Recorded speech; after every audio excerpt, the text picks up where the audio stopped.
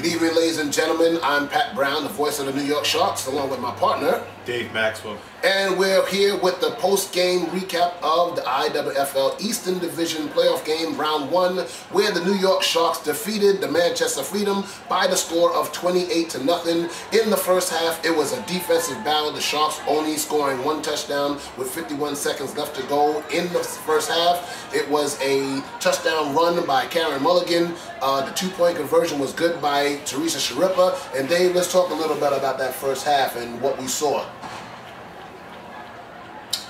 So well-played game. Stop it. So well-played game. After the half, it was New York 8, Manchester 0. But the score wasn't indicative into the play. It was very solid special teams play. New York was able to get on the board first of all, and Manchester was moving the ball, but they just weren't quite able to get into the red zone or into the get a touchdown. Manchester kept the fight going until about the end of the third quarter, to be honest. And let's talk about that. The key to this game, to me, was the play of the whole offensive line. Consistently on first down, they were getting 6, 7, 8, sometimes picking up a first down on first down. They did it consistently throughout the game. And at that end of the third quarter, Manchester had an opportunity. It was 1st and goal at the 5-yard line, and they were being effective with one play. They were on the pitch play to either side with Kade Pashkevich, also with number 23 Burge, and they were gaining yards at a good clip. And then all of a sudden, that 1st and goal, Coach Sarvis decided to do a little different. When a trick play, direct snap to Burge, that got stopped for a loss. Then they went Statue of Liberty, that got stopped for a loss. Then they tried to pitch pass on 4th down, that got stopped. And that was their opportunity to get back in the ball game with the score only 14-0. And that, to me, that was the pivotal position right there. When they went for those three plays in a row that were quote-unquote trick plays, they were, in my opinion, thinking just a little bit too much. They were trying just a little bit too hard. They should have just kept going with what they were doing, and they were starting to be a little successful there with the little out passes.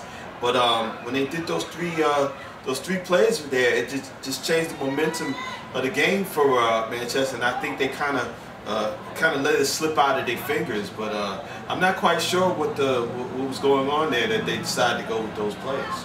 Well, also at that point when New York stopped them, it was 1st and 10 at the 15-yard line for New York. They had the ball. They had a big run by Teresa Sharippa, got negated by a penalty, and then they were forced to punt. And then what happened after the punt was Laurie Izzy, the quarterback from Manchester, went to come from under the center, forgot the football, recovered by New York, and then it was off to the races. Sharippa plowed in for a touchdown. Then they got the ball back, stopped them 3 and out, got the ball back again.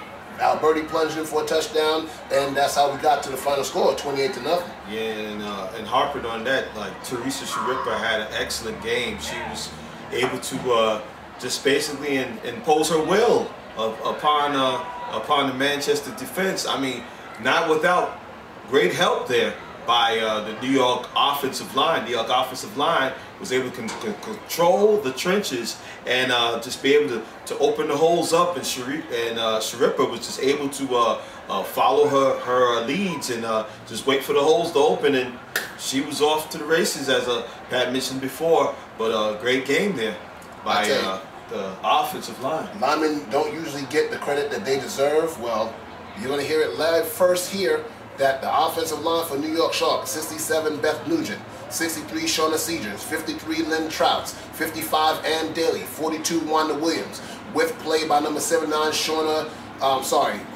Pinckney. Man, they did a phenomenal job. The 2 big blocking backs, Vivian Alberti and Shantae Stewart, leading the way for Sharippa. The rookie sensation, Nazaire, whoever they put back there, was gaining yards because they were opening up the lanes, dominated the line of scrimmage, and did an excellent job. And we gave them the offensive player of the game because they did a phenomenal job. Yeah, I agree. Final score again: 28-0. The New York Sharks move on to the conference championship to face another rivalry game against the defending IWFL champion, the Atlanta Explosion, on July 28th, and that is going to be one good game. It's going to be an excellent game. Last year was the Atlanta Explosion who unceremoniously kicked the New York Sharks out of the playoffs and gave a huge jolt and shock to the New York Shark system. They weren't quite used to only getting as far as they did last season without usually getting to the championship game before somebody's able to do anything with them. But Atlanta stepped up to the plate, and let's see if Atlanta can once again thwart the New York Sharks from trying to reach the championship IWFL game. Well, let's give props where props is due. Atlanta last year took on the New York Sharks, defeating them in the conference championship 35-14. They went to the IWFL championship game, having lost the previously on a heartbreaker 9-7 to the Sacramento Sirens. They got back to that game. They took on a powerhouse from another league coming in, imposing their will. Took on the Detroit Demolition, beat them in a hard-fought contest, 21-14, taking the title. And to get back to the conference title game this year, they beat another team coming from another league that was a champion, the DC Divas. They beat them 28-18. So, two teams, great history, great rivalry. Going to be a great football game. We want you to tune in, WFNradio.com. Me and Dave will bring the action to you live, and we're going to stay. Tune in, listen to us, and we're hoping to be in that championship game on August the 11th. So, for the wrap-up here, 28-0 New York wins, it's Pat Brown, Dave Maxwell, with the post-game report about 2007 IWFL playoff action. You'll find it on the Women's Football Network, WFN Radio. God bless.